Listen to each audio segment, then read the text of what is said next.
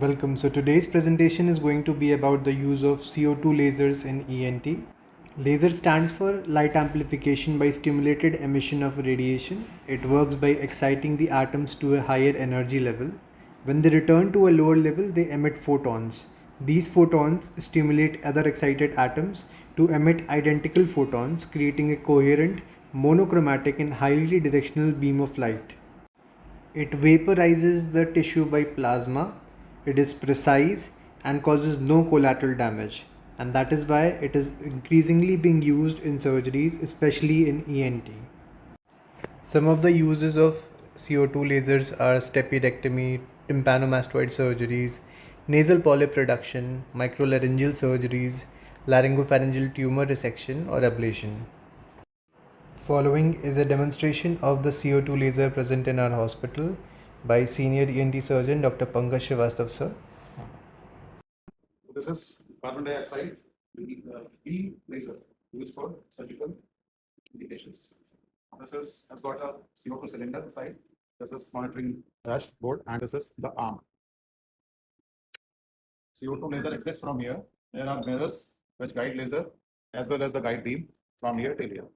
Guide light here. This is actually not a laser. This is only a guide beam. When we switch on with the foot plate, the laser will start till the foot plate is. We can see the guide light is going till the wall. So this without a handpiece is not effective because we cannot focus it on the surgical side. So we need different focal length lenses. Like we have this focal length 50 millimeter, then we have 200 millimeter for larynx, and then we have 100 millimeter for general use like oral cavity or nasal cavity. So these four are the lenses.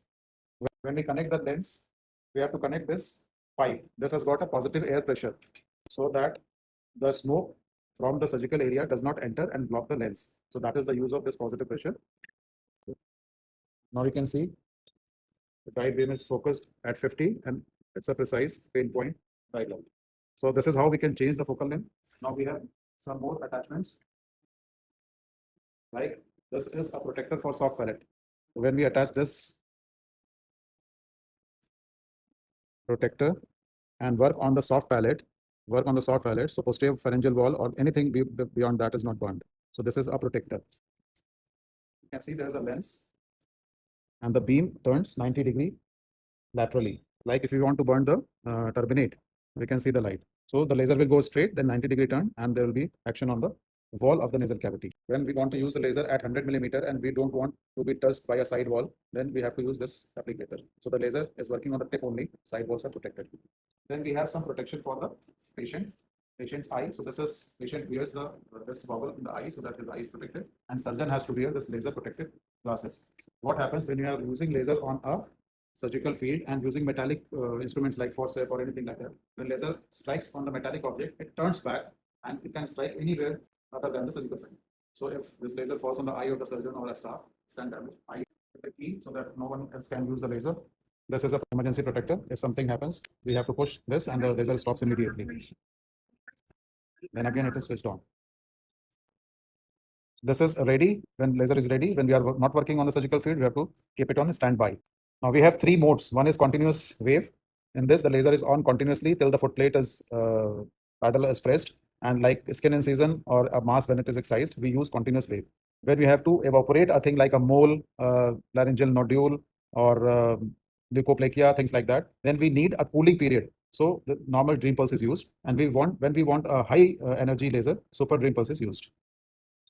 Selected a normal dream pulse. Then there are three adjustments. One is wattage. This laser is 30-watt laser, but normally we use from 1 watt to 5 watt, 6 watt. This is more than enough. So this is adjustment of the laser wattage. Pulse duration means when the laser is on, how much time the laser will be switched on. That is 30 milliseconds. We can increase or decrease that. And then there is a cooling time, which is called repeat time. Cooling is necessary for the tissue to be cooled so that there is no collateral damage. So repeat time we can increase or decrease depending on the use. We can increase or decrease the guide light. Then we switch on, be ready, and then the laser is on. So this is micro manipulator. When we use microscope for any surgical procedure, we have to guide laser through microscope so that our vision and the laser is coaxial. So the handpiece is attached to this micro manipulator. We have two adjustments. One is focal adjustment. By this moment, we can adjust the focal light, we can see a light bright beam here, and we can adjust sharply on the surgical side. Then we have a mirror. This is a laser mirror, and this mirror is attached to the joystick. When laser light falls on the mirror, it is turned 90 degrees towards the surgical side. And this mirror is adjusted by the joystick, which is on the surgeon's hand. So we can guide the laser and use as per need. Laser vaporizes the cell wall and contents of the cell by making it plasma. And when it is used in a continuous mode, it is for the skin incision. And in pulse mode, when we have to do some mole excision, wart excision, leukoplakia, or things like that, there is a cooling time and there is a pulse time. The laser, if unjudiciously used, when it is creating charcoal and laser is repeatedly used, it creates a spark. And a spark means it is going to 300 degrees centigrade, and that is causing collateral damage. So that's not the use, that's not how the laser should be used.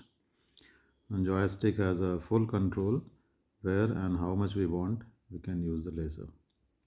Thank you.